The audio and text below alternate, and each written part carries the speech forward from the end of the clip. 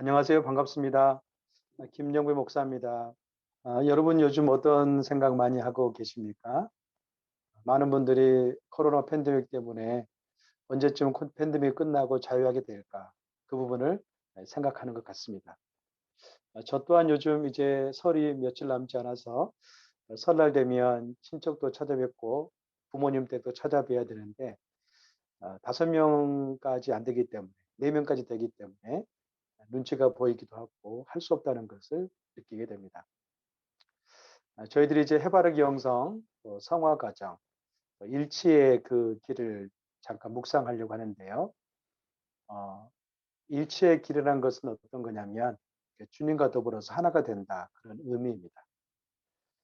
여러분 우리가 인생 가운데 요즘 많이 환경적으로 힘들지만 또 한편으로는 이 환경적인 그 힘든 것이 우리에게 좋은 기회를 주고 있다고 생각합니다. 그것은 뭐냐면 주님과 더불어서 일치의 길을 갈 수 있기 때문에 그렇습니다. 믿음의 선진들은요, 영적 성장의 길을 다양하게 묘사했습니다. 내가 영적으로 성장했다라는 의미는 무엇일까요? 때로는 내가 영적으로 성장했다는 것을 어떻게 알 수 있을까요? 어디까지나 영적인 성장의 길은요, 내면의 문제입니다. 가령 마음의 평안, 기쁨, 용서할 수 있는 가능성, 용기를 갖게 되는 것, 하나님 나라에 대한 소망을 갖게 되는 것, 또는 외적으로나 기도했던 육체의 질병이 나왔습니다. 이런저런 기도 제목을 놓고 중보기도 했더니 그 기도가 응답이 되었어요. 그리고 하나님께 감사한 마음을 갖게 됐습니다.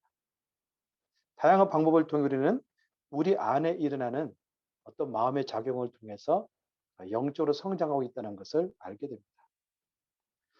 여성 신학자인 마가레트 마일즈라는 사람이 있습니다. 그는 믿음의 성장의 길, 다시 말하면 영적인 영성의 길을 세 가지로 묘사했습니다. 첫 번째는요, 그리스도를 본받는 모델이 있습니다.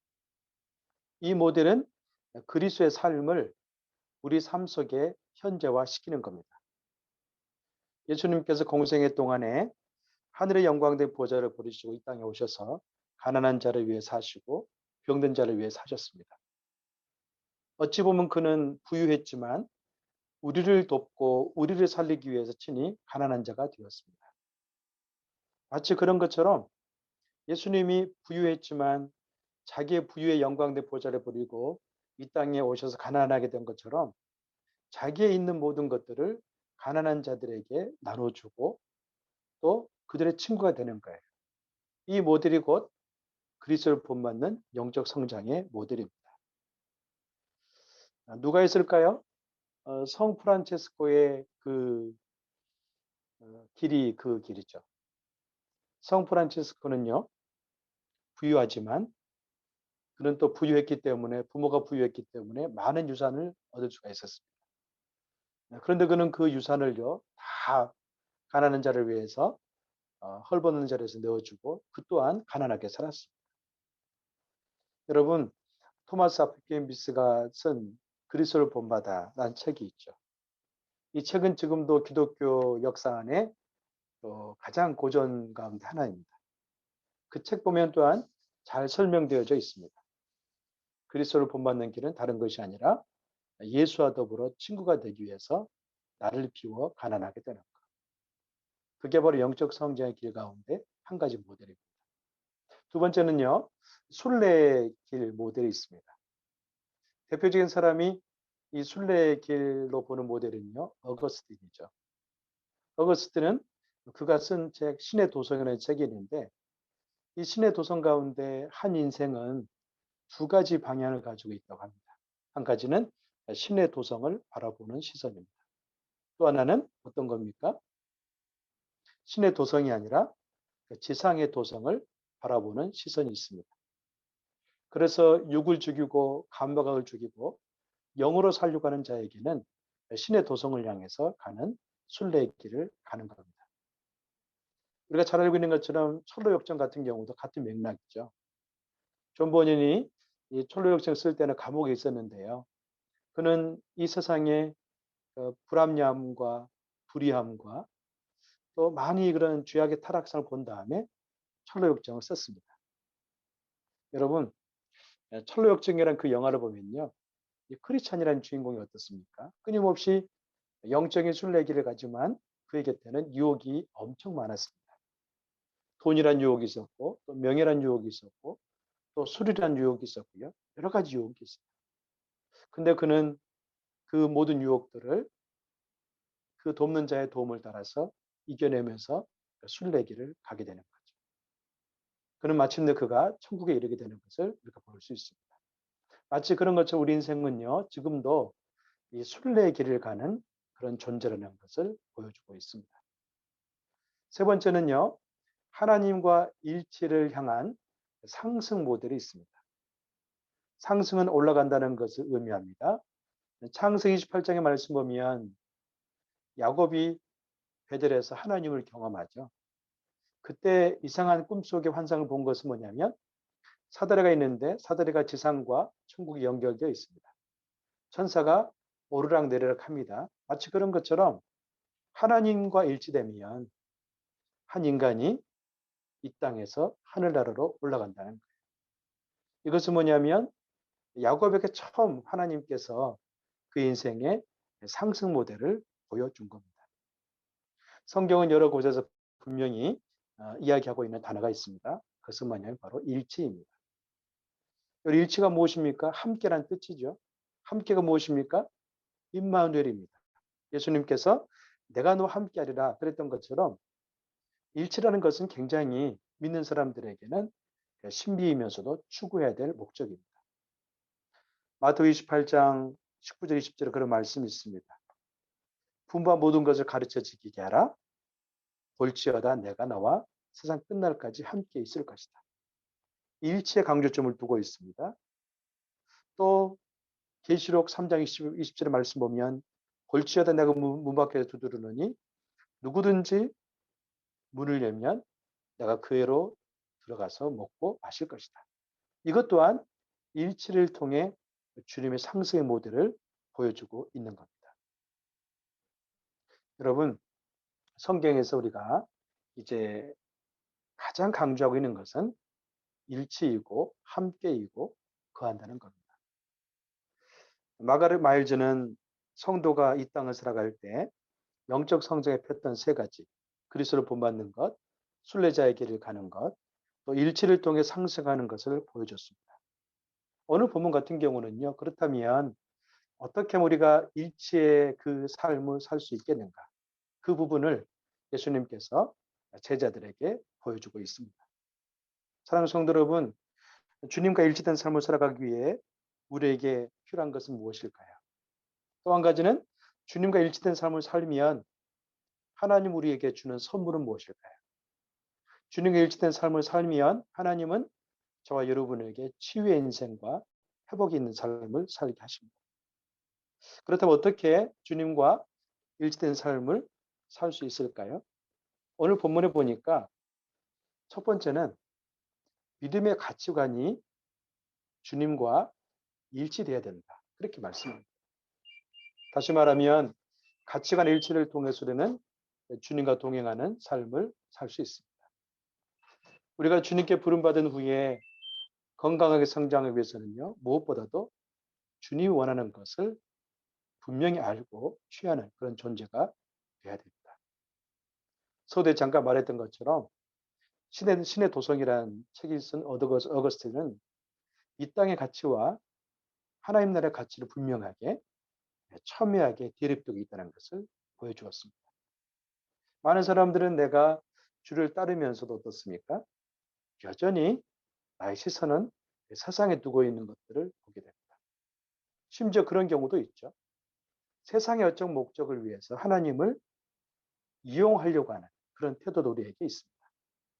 또 한 가지는 철로 역정이란 그 부분을 보면요. 천국을 향해 순례하는 그 크리스찬에게 끊임없이 어떻습니까?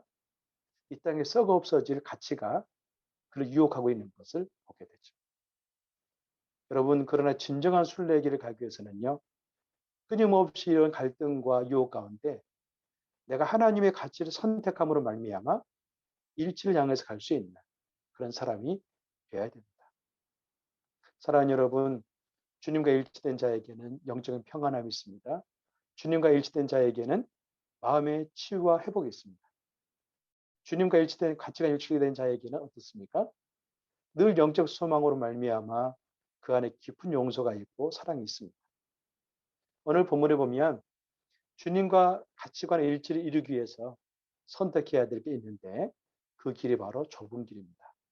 13절, 14절 같이 한번 읽어보겠습니다. 마태복음 7장 13절, 14절입니다. 함께 읽습니다. 시작. 좁은 문으로 들어가라. 멸망으로 인도하는 문은 크고 그 길은 넓어 그것으로 들어가는 사람이 많다. 그러나 생명으로 인도하는 문은 좁고 그 길은 험해 그것을 찾는 사람들이 적다. 마태복음 7장의 말씀은요. 예수님께서 마태복음 5장에서 7장까지 무엇이 기록되어 있습니까? 산상수훈입니다. 산상수훈을 설교한 다음에 이제 마지막 결론에 이르고 있거든요. 이 결론에 이르는 가운데 제자들에게 좁은 문이란 이 상징을 보여주고 있어요. 너희는 좁은 문으로 들어가라. 그리고 멸망으로 인도하는 문은 크고 그 길은 넓어서 많은 사람들이 찾고 있다. 그러나 생명으로 인도하는 이 좁은 문은 그 길이 험하기 때문에 찾는 사람이 적다. 그러나 이제 너희는 넓은 데로 사람 따라서 가지 말고 도리어 좁은 문으로 들어가라. 그럴까요? 그 문은 생명의 길이기 때문에 그렇다. 그렇게 말씀합니다. 여러분, 마태복음 7장의 좁은 문은요. 후반부에 나와 있는 일치된 비유가 또 한 가지 있습니다. 그게 뭘까요? 지혜로운 건축자의 삶과 일치됩니다. 다시 말하면 지혜로운 자의 건축자의 길은 좁은 문의 길이었습니다. 어떻게 가능할까요? 오늘 본문인데요. 본문은 아니지만 마태복음 7장 24절, 25절 좀 읽어보겠습니다. 마태복음 7장 24절, 25절입니다. 네. 자막이 주어지면 같이 읽겠습니다. 마태복음 7장 24절, 25절. 네. 제가 읽어볼까요?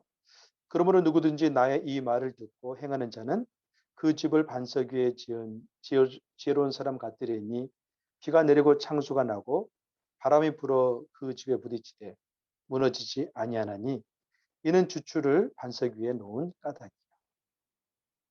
다시 말하면 마태복음 5장을 시작해서 7장으로 끝나는 이 좁은 길 가는 것과 지혜로운 자의 삶은 딱 한 가지의 특징이 있습니다. 자, 그게 뭡니까? 순종입니다. 순종하는 자가 자기 인생을 지혜로운 그 반석 위에 세운 것처럼 순종하는 자는 어떻습니까? 좁은 길로 들어가는 자다. 그렇게 말씀하세요. 즉 예수님의 말씀 순종하는 자가 일치된 삶을 살 수 있고 또 일치된 삶을 살기 위해서는 그 가르침 따라서 좁은 길로 들어가는 자. 그가 지혜로운 자라고 이야기하고 있어요. 사랑하는 성도 여러분, 지금도 우리 인생은 어떻습니까? 그 좁은 길보다는 많은 넓은 길을 가라고 유혹하는 것이 참 많이 있습니다. 지혜로운 자는 하나님의 가치관에 눈이 밝은 자입니다. 그래서 영적인 분별력을 가지고 있는 자. 그래서 그는 하나님 말씀할 때 때로는 그 길이 좁은 길이어서 고난이 있을지라도 그 길을 갈 줄 안다는 거죠. 왜 그럴까요? 그 길을 갈 때 하나님의 신비가 있기 때문에 그렇습니다. 지혜로운 자는 조음으로 들어가는 자입니다. 우리가 믿는 기독교에는요, 여러 가지 교파와 여러 가지 신학들이 있습니다. 그런데요, 각 교파와 신학마다 약간 가르침이 다릅니다. 틀린 것은 아닙니다. 그런데 어떤 교회 같은 경우는 이 생에서 잘 되는 것이 곧 천국에 간다고 가르치는 잘못된 교파에 비슷한 것도 있어요. 가령 예를 들면 어떤 은사적인 부분 같은 경우도 어떤 특정한 은사를 해야만이 구원받았다. 또 그렇게 말합니다. 또 어떤 같은 경우는요. 성도라면 사업에 꼭 성공해야 되고 자녀들이 꼭 잘 돼야 되고 어떤 소유가 많아야 되고 명예가 많아야 된다. 높아야 된다. 그런 것들이 좋은 성도란 개념에 패키지화돼서 해석되어지는 뉘앙스를 가지고 있는 그런 교파가 있습니다. 여러분, 그러나 그 교파는요, 하나님의 한 면도 보여주지만 실상은 하나님의 많은 부분도 보여줄 수 없는 제한이 있습니다. 가령 어떤 성도가 사업에 실패하거나 자녀들 문제 때문에 어렵거나 또 소유가 적거나 또 높은 지위를 가지 못했을 때 그런 사람들은 하나님의 가치 가운데 또 하나님의 축복 가운데 멀어진 자입니까? 그렇지 않다는 거죠. 사랑하는 여러분, 하나님께서는요, 우리가 이 땅에 썩어 없어질 것 가운데 가진 자나 가지 않는 자나 지혜롭게 살아가기를 원하고 있습니다. 왜 그럴까요? 내게 있는 모든 것들은 많든 적든 간에 언젠가는 이 땅에 썩어 없어질 것으로 이별할 때가 있기 때문에 그렇습니다. 그러나 정말 우리가 주님 안에서 하나님의 가치관 가운데 변화되어져서 일치된 삶을 살면요. 천국 갈 때 우리는 부유한 자가 될 것이에요. 왜 제가 이런 말을 합니까? 현대를 살아가는 많은 사람들이 여전히 큰 길을 가려고 하는 잘못된 믿음 안에서도 욕망을 갖고 있기 때문에 그렇습니다. 마치 이 세상의 모든 것들이 건강하고 잘 풀리면 성공한 케이스처럼 여겨지는 것들이 교회 문화 안에도 너무나 많이 있습니다. 그래서 이런 생각에 사로잡히면 되면요. 좁은 문으로 들어간다는 그 자체가 굉장히 어떻습니까? 때로는 내 인생이 칙칙하게 느껴지거나 때로는 작아지는 느낌을 가질 때가 있다는 거죠. 사랑하는 여러분, 만약 우리가 이 부분을 잘 해석하지 못한다면 골방에 들어가는 것도 어려울 겁니다. 때로는 저는 기도원에 들어가거나 피정센터 갈 때가 있습니다. 제 마음속에 기도원을 사역지를 내려놓고 또 가정을 내려놓고 들어가는데 때로는 마음속에 부담이 있어요. 어떤 부담이냐면 내가 이렇게 사역지를 약간 잠시지만 내려놓고 또 가정을 떠나서 기도원에 가야 할 이유가 있을까? 피정센터에 2박 3일, 3박 4일 가서 기도할 필요가 있을까? 그런 것을 느낍니다. 그런데요, 제 마음속 고백할 수 있는 것은 뭐냐면 이런저런 갈등 가운데 주님의 그 깊은 교제를 위해서 기도원에 가거나 피정센터에 갔다 오면요. 그 이후에 나의 영적인 분별의 태도가 달라져 있더라고요. 그러니까 주님 것을 본 다음에 갈등 없이 그 길을 가지만 이런 피정센터나 기도원에 가기 전처럼 때로는 기도하지 않는다면 좁은 길로 들어가지 않는다면 순간순간 여전히 갈등하고 있는 나의 모습 보게 됩니다. 사랑하는 성도 여러분, 우리는 일정 기간 동안 하나님 나라를 가는 성도이기 때문에 주님과 일치된 길을 가기 위해서 끊임없이 좁은 길을 선택하는 그런 패턴을 가지고 있어야 됩니다. 사랑하는 성도 여러분, 좁은 길을 언제 들어가야 합니까? 예수님은 이들이 산상수훈을 들은 다음에 순종이 필요할 때 곧 그 길이 좁은 길이라고 이야기합니다. 어찌 보면 저와 여러분에게는요. 이 좁은 길이라는 것은 장소적인 개념이라기보다는 마음의 길입니다. 지금 우리는 좁은 길로 들어가야 할 때입니다. 팬데믹으로 많은 위기의식이 있고 또 실제적으로 많은 손해를 보고 있습니다. 자칫 잘못하면 좁은 길로 들어가서 주님과 교제하지 않으면 이런 팬데믹 속에 나도 모르는 사이에 우울한 마음 속에 허송세월을 보낼 수 있습니다. 좁은 문을 통해 순종한다면 순종의 삶을 산다면 우리는 생명의 길을 갈 수가 있습니다. 오늘 14절 말씀처럼 생명을 인도하는 문은 좁고 그 길은 험하다고 말씀합니다. 여러분 그러나 이 험한 길일지라도 매일매일 좁은 길, 골방이 있는 길, 주님과 생명이 있는 길로 나갈 수 있기를 바랍니다. 우리는 진정으로 생명을 얻고 평안을 얻기 위해서는 좁은 길로 들어가야 합니다. 지금 이 세상 어떻습니까? 참 예언자와 거짓 예언자가 섞여 있는 그런 삶입니다. 여러분, 우리 인생을 좀먹게 하는 것은 무엇입니까? 그럴듯한 거짓 예언자들의 선포입니다. 그러나 참 예언자는요, 주를 따르기 위해서 때로는 좁은 길로 들어가라. 육을 죽이라, 감각을 죽이라. 그렇게 말씀합니다. 오늘 말씀인데요. 17절, 18절 말씀을 좀 더 읽어보겠습니다. 17절에서 15절에서 19절까지 한번 읽어보겠습니다. 시작.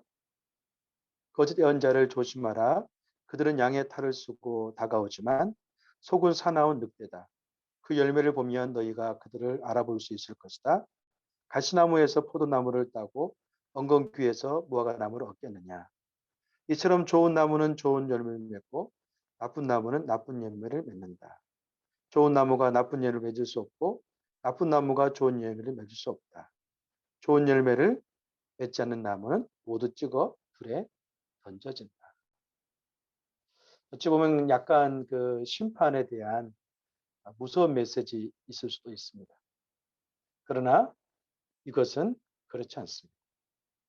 첫 번째는 좁은 문으로 들어간 것 자에게 순종을 통해서 얻어질 수 있는 값진 결과입니다. 여러분, 좁은 문으로 들어간 자에게는 무엇이 있습니까? 영적 분별력이 있습니다. 그래서 거짓 예언자들의 메시지를 분별해냅니다. 그리고 참 예언자의 메시지 가운데 자기 귀를 기울입니다. 인생은 열매로 평가를 받습니다. 좋은 문으로 들어간 자에게는 좋은 열매를 맺습니다. 왜 그럴까요? 영적 분별력이 있기 때문에 그렇습니다. 그러나 좁은 문이 아니라 넓은 문, 욕망의 문, 감각의 문으로 들어가는 자에게는 어떻습니까? 하나님의 일치를 이루지 못했기 때문에 마음속에 평안과 기쁨, 영적 소망이 없다는 것이죠. 사랑하는 성도 여러분, 주님과 일치된 삶은 하나님께서 저와 여러분을 부르신 목적입니다. 이제 2021년도 이제 2월을 향해서 2월이 이제 됐는데요. 어떻습니까? 저는 그런 마음 같습니다. 코로나가 또 계속 이어지고 있기 때문에 2021년도에는 무엇보다도 상반기에는 주님과의 그런 깊은 영성훈련 가운데 매진했으면 좋겠습니다. 그랬을 때 우리는 주님과 더불어 그분이 좋은 나무로서 우리를 개발시키고 변화시키고 새롭게 할 것입니다. 존재와 행동은 어떻습니까? 무엇이 먼저입니까? 존재가 먼저죠. 존재가 온전히 형성된 자에게는 좋은 행동으로 나오게 되어 있습니다. 하나님께서는 우리에게 행동을 원하기보다는 좋은 존재, 좋은 나무가 되기를 원하고 계십니다. 간단합니다. 좋은 나무는 주님과 일치된 나무입니다. 그러나 좋지 않는 나무는 주님과 일치되어 있지 않는 자기 욕망에 치우쳐 있는 나무입니다. 그런 나무는 당연히 나쁜 열매를 맺게 될 것입니다. 나 또한 좋은 나무에서 열매를 내가 따먹을 수 있으면 내 인생 행복하고요. 우리 자녀들, 내가 속해 있는 공동체 또한 내가 좋은 나무로 서 있다면 그 아름다운 열매를 먹고 서로가 화합될 수 있고 서로 사랑할 수 있는 귀한 은혜가 될 것입니다. 사랑하는 여러분, 한 주간도 이 믿음 안에서 매일매일 주님과 일치된 삶을 살기 위해 좁은 물로 들어가시고 큐티와 말씀, 기도를 통해 특별히 90일 성경 통독과 또 새벽 기적을 통해서 90일 기적을 통해서 은혜를 맛보는 삶을 살아가시길 바랍니다. 함께 기도하겠습니다. 자, 같이 한번 기도할 때 여러분 인생 가운데 좁은 문으로 들어가라는 하나님의 초청 가운데 응답할 수 있기를 원합니다. 하나님, 우리 인생 가운데 정말 나를 유혹하는 넓은 길이 많이 있습니다. 그러나 주님, 우리는 주님께 부름받은 제자들로서 날마다 좁은 길을 선택하는 그런 영적인 통찰력과 지혜가 있도록 인도하여 주시옵소서. 하나님, 코로나19 때문에 마음의 불안과 염려가 커질 때가 많이 있고 또 관계의 단절로 인하여서 또 사업에 어려움이 인하여서 재정적 위기 가운데 있습니다. 그럴 때 주님께 나가서 기도하게 도와주시고, 또 세상 사람들이 끊임없이 집값의 상승과 또 주식의 이런저런 뉴스들 볼 때마다 우리는 때로는 갖지 못한 자로서, 때로는 연약한 자로서 패배의식과 어려운 가운데 있을 수가 있습니다. 그러나 여러분, 필요하지만 절대적인 것은 아닙니다. 하나님만이 절대적인 겁니다. 주여, 좁은 길로 들어가서 참된 생명의 가치 가운데 내 인생에 소망을 가질 수 있도록 주님 나의 인생을 붙잡아 주시옵소서. 우리 가정이 주님의 소망의 항구가 되기 원합니다. 우리의 직장이 하나님의 소망의 항구가 되기 원합니다. 주여 우리를 붙잡아 주시옵소서. 시간 같이 한번 소리내어서 우리 있는 장소에서 주 앞에 기도하겠습니다. 함께 기도합니다. 할렐루야. 살아계신 하나님 아버지, 하나님의 귀한 사랑과 은혜를 진실로 감사합니다. 아버지 하나님, 그렇습니다. 정말 우리가 좁은 문으로 들어가는 인생이 되기를 원합니다. 주여, 우리 한마음 정신회복 예배, 한마음 회복 예배 성도님들 한 분 한 분을 주가 진히 붙잡아 주셔서 지금 위기라고 생각되어지는 이 어려움이 곧 좁은 문으로 들어가는 시기임을 고백합니다. 우리가 주님께 마음의 문을 열고 주께 들어가 예배하기 원합니다. 주님을 찬양하기 원합니다. 하나님의 성령을 통해서 온전히 인도하여 주시옵소서. 살아계신 하나님 아버지, 우리 사랑하는 한마음 정신예복 예배 성도님들 주가 진히 사랑하여 주셔서 코로나19 가운데 있지만 함께 모여 예배할 수 있는 귀한 은총을 주신 것을 감사합니다. 예수님께서 사랑하는 제자들에게 산산수훈을 통해 이제 마지막 부분에 너희는 나의 생명의 길로 좁은 문으로 들어가라고 우리를 초청해 주신 것을 감사합니다. 그 좁은 문 안에는 영적인 생명이 있고 하나님의 신비가 있고 하나님의 응답과 치유가 있습니다. 성도님들 삶의 자리 가운데 매일매일 예배를 통해 기도를 통해 말씀 묵상을 통해 기적의 교습일 이 프로그램을 통해 하나님의 좁은 문으로 나갈 수 있도록 주여 은혜를 베풀어 주시옵소서. 마음의 상한 심령을 주님께서 안수해 주셔서 그의 마음속에 따뜻한 마음을 주시옵시고 다시 치유해 주시고, 하나님 또 육체의 질병 가운데 어려운 성도님들 계십니까? 하나님 찾아가셔서 예수님 보혈의 능력 가운데 만져주시고 치유하여 주시옵소서. 주님께 모든 것을 의탁하며 살아계시는 예수님의 이름으로 기도합니다. 아멘. 함께 봉헌 찬양하시겠습니다. 봉헌 찬양 전에요. 잠깐 한번 오늘 나눈 문제 잠깐 한번 볼까요? 나집사님 잠깐 한번 나눈 문제 잠깐 올려주시면 제가 한번 읽어드리겠습니다. 주님과 일치를 이루는 삶은 곧 좁은 길을 걷는 것입니다. 좁은 길은 생명의 길이요 치유와 회복의 길입니다. 그런데 이 길은 매일 주님과 동행하면서 순종의 길을 갈 때 가능합니다. 주님께 헌신된 삶은 순종을 통해 완성됩니다. 베드로의 삶도 젊어서는 자신의 고집대로 산 삶이라면 나이가 들면서는 순종의 삶을 통해 많은 열매를 맺었습니다. 그렇다면 우리는 주님과 일치된 삶인 좁은 길을 가기 위해 어떤 순종의 길을 갈 수 있을까요? 여러분에게 놓여 있는 주님과 일치를 이루기 위해서 어떤 것을 순종해야 되는가? 내 인생 가운데 순종하지 못한 것이 무엇인가를 살펴보시고 한번 나누는 시간 가지시기를 바랍니다. 네, 이상입니다.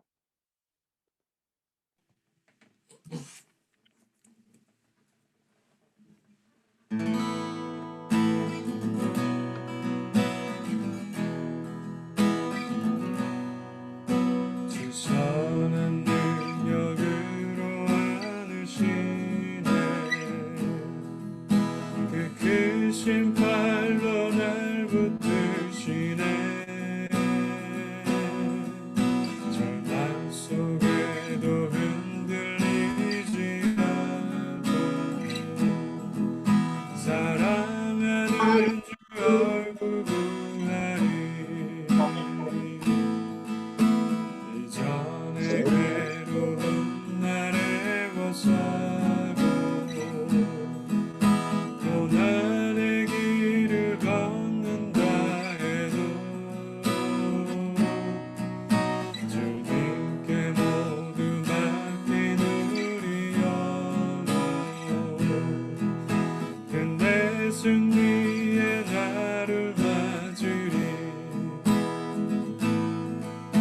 선한 능력으로 일어서리 주만 의지하리 믿음으로 우리 고대 안에 주어질 그날 영광의 새날을 맞이하리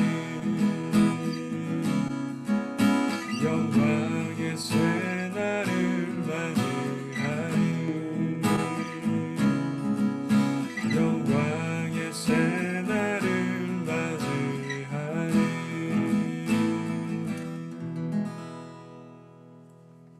살아계신 하나님 아버지, 하나님 아버지의 귀한 사랑과 은혜를 감사합니다. 주께서 허락하신 귀한 은혜 감사해서 귀한 예물을 주 앞에 드립니다. 하나님 드리는 손길을 축복해 주시고 또 마음에 드리는 손길 또한 하나님 축복하여 주시옵소서. 이를 통해 하나님 아버지 아름다운 섬김과 사랑이 꽃피어나기 원합니다. 주님 축사하여 주시옵소서. 이제는 우리 구주 예수 그리스도의 은혜와 하나님 아버지의 크신 사랑과 성령의 역사심과 은혜 주시니 오늘 선포된 말씀처럼 이제 주님의 제자로서 좁은 길을 가물은 말미암아 주님과 일치를 이루고 그 안에 평안과 소망과 치유의 길 안에 서 있기 원하는 사랑하는 성도님들 머리와 지금도 열방 가운데 하나님 복음을 위해 헌신하고 있는 선교사님들 머리 위에 아버지의 사랑과 진정한 회복이 필요한 저 북녘 땅 위에 이 땅의 어려운 가운데 있는 모든 성도님들 머리 위에 이제부터 영원까지 함께하기를 간절히 축원하옵나이다. 아멘.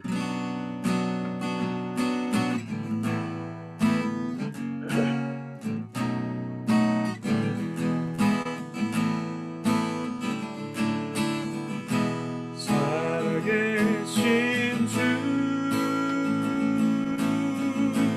나의 자